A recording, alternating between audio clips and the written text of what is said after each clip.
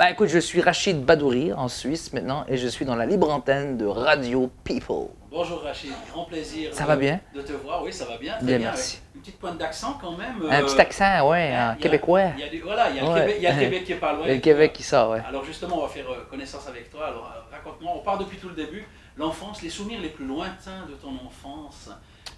Dans quelle matière, dans quel sujet, dans quel... Dans tous les sujets. Ils m'intéressent tous. Bah écoute, sujets les plus lointains, famille très familiale, très axée sur les valeurs familiales, les souvenirs les plus lointains. Mais moi, il y a une époque que je me rappelle très très bien, c'était l'époque Michael Jackson, où est-ce que j'étais un grand fan de Michael, très très très grand fan. J'étais le seul gars qui jouait avec une Barbie Michael Jackson. C'était une poupée qu'il avait vendue spécialement pendant un certain temps. Ouais, une belle enfance, super belle enfance. Ouais.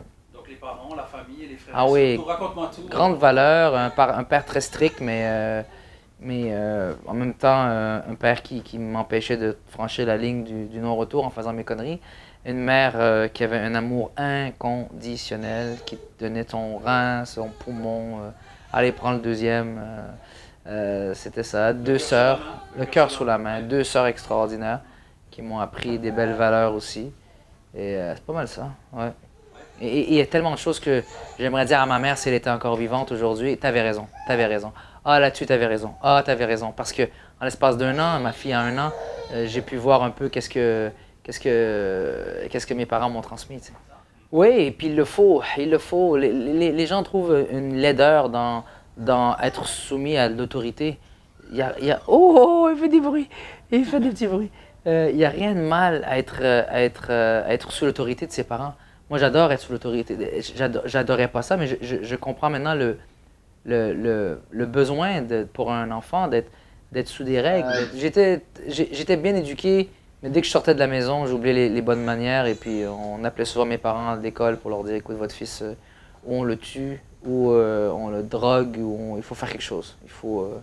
Et ma mère disait, ben écoute, un jour il sera un grand artiste et vous allez voir qu'est-ce que vous allez voir. Alors, c'était ça, mais j'étais partout. Si tu voulais pas jouer avec moi, c'est pas grave. Chez les invités, des fois on allait puis ils voulaient pas jouer avec moi. Bon, c'est pas grave, je prenais mes crottes de nez, je les mettais sur les murs et ça c'est pour pas avoir me laissé jouer avec tes jouets.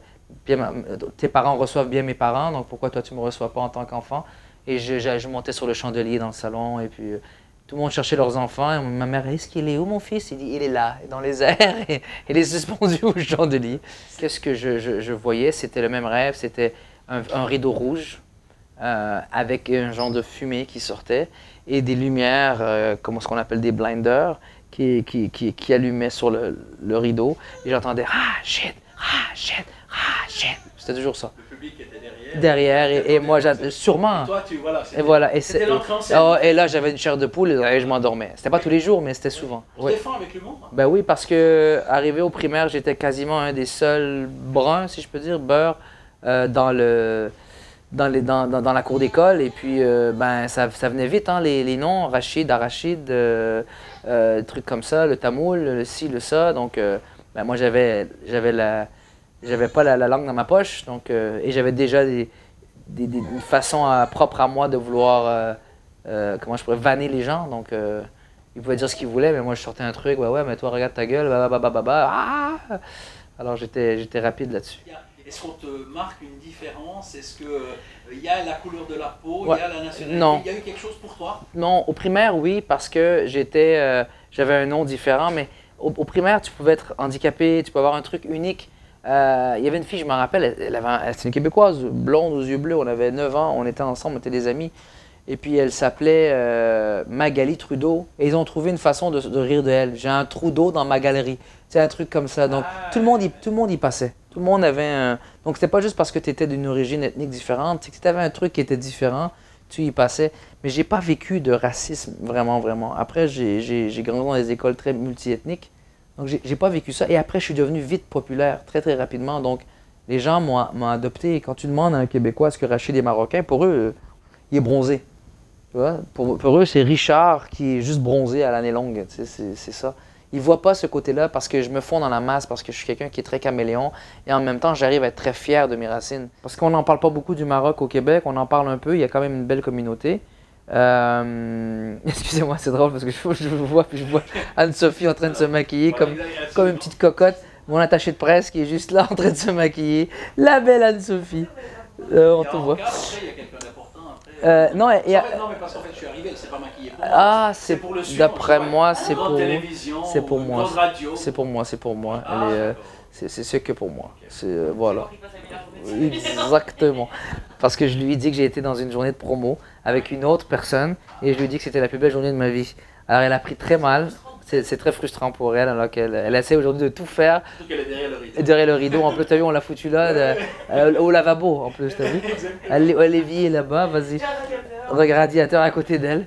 Et puis, je pense que je vais demander que ce soit Anne-Sophie à chaque fois. Malheureusement, je pense que Daisy va le prendre très mal.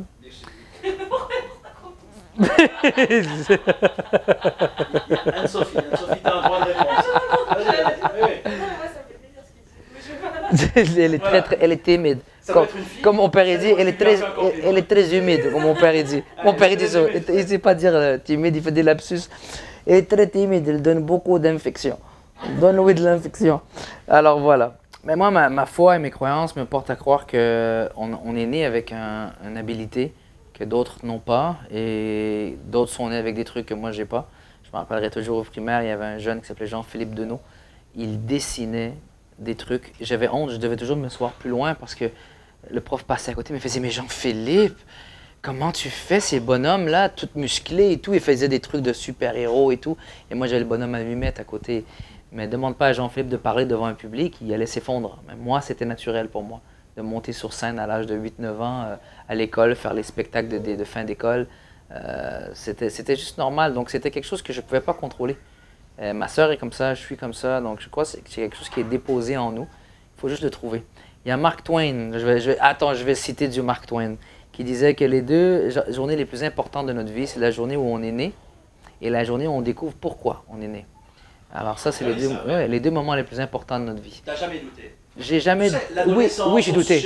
Non, j'ai douté à 100%. De l'âge de 13 ans jusqu'à l'âge de 22, 23 ans, j'ai douté. C'était rendu même insupportable que les gens le croyaient plus que moi. J'ai invité excuse-moi, mais la crasse de mes amis, tu sais, la racaille de mes amis. Tu sais, j'ai les amis banquiers et j'ai les amis avec qui je me fais le plus de fun, comme on dit en québécois. Alors j'ai invité les fous québécois, les malades italiens, les détraqués haïtiens. Mon père les a amenés et les a placés stratégiquement dans la salle pour faire du bruit, pour que ça vienne de partout, tu sais. Et moi, je suis en coulisses, j'attends pour passer l'audition. Et mon père vient me voir, il me dit « Tu es nerveux ?» Je dis « Oui. » « Pourquoi tu es énervé ?» Il dit « Viens voir. » Et ouvre le rideau et je vois tout. À chaque coin que je regarde, je vois un ami assis à quelque part dans la salle. Il me dit « J'ai amené l'armée. Alors, t'inquiète pas, on est en backup. » Je dis « OK. » Alors, j'ai fait mon truc. J'ai pas eu besoin de l'armée. Vous, une voiture, vous dites un char. Ouais. Vas-y, on fait un truc de... Qu'est-ce que vous dites, comment on dit, nous? Les gosses, chez vous? Testicules? Chez nous, oui. Ouais. Chez nous, les enfants, nous, c'est les testicules. Voilà, exactement. Quoi d'autre? Qu'est-ce qu'il y a d'autre? Une bébite.